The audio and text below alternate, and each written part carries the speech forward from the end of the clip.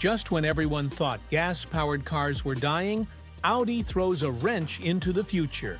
They're keeping them alive for another decade. Yes, you heard that right. Audi, the brand that made headlines in 2021 by promising to go all-electric by 2033, is now saying, not so fast. In this video, we'll break down why Audi is backtracking on its EV-only future, what changed behind the scenes, and how this impacts you as a buyer or enthusiast. From executive shakeups to global market pressures, this story goes much deeper than you think. Stay with us till the end to discover what secret strategy Audi may be using to hedge its future, and why this isn't just about cars, but about the battle for control in the automotive world. Audi isn't just slowing its electric plans, it's doubling down on gas. The A5, A6, and Q3, just revealed, aren't electric concepts. They're brand new internal combustion engine models. And not just that, they'll have high-performance S and RS trims. These aren't the dying gasps of an old era. These are bold steps into the next one. And here's the kicker. Audi's new CEO is making moves that his predecessor couldn't have imagined.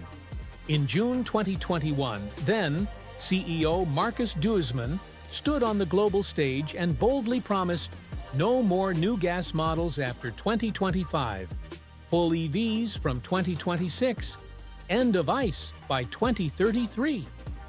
That speech was meant to show Audi was future-ready, but fast forward to 2025, and the numbers tell a different story.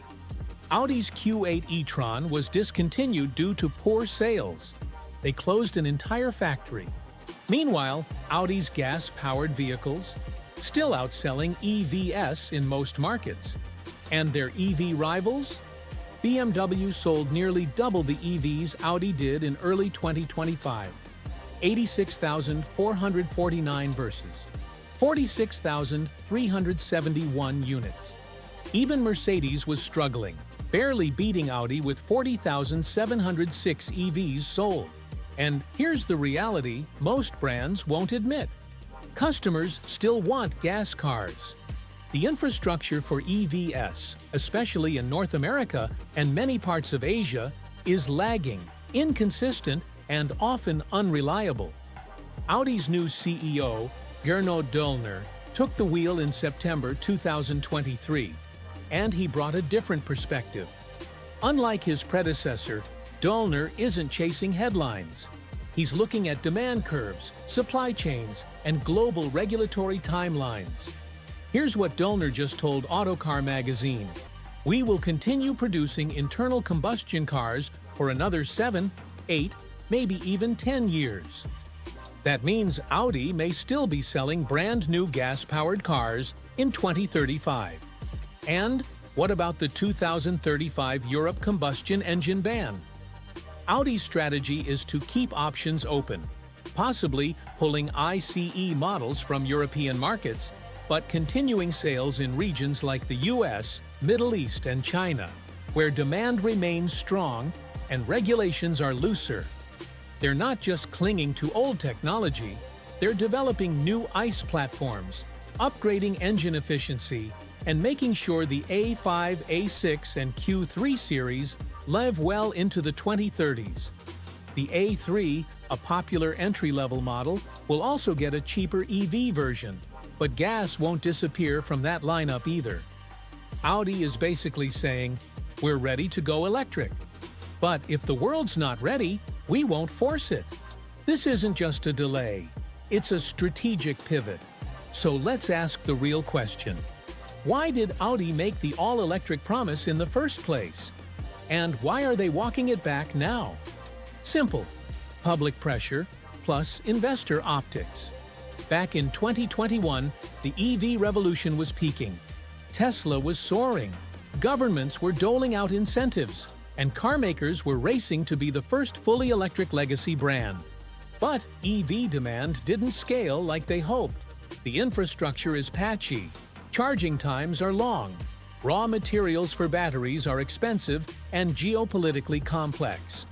Most importantly, Customers still trust gas, especially when it comes to reliability, long trips, and cost of ownership.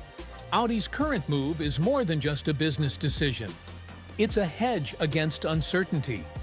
By keeping both powertrains alive, Audi gets time to refine their EV tech, access to all markets, no matter the regulation, and insurance in case the EV wave slows down.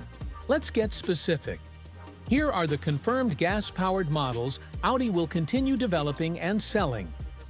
Audi A5, the next-gen coupe, will get sporty S trims and a bold redesign. Audi A6, expected to stay in production well into the 2030s, both sedan and Avant.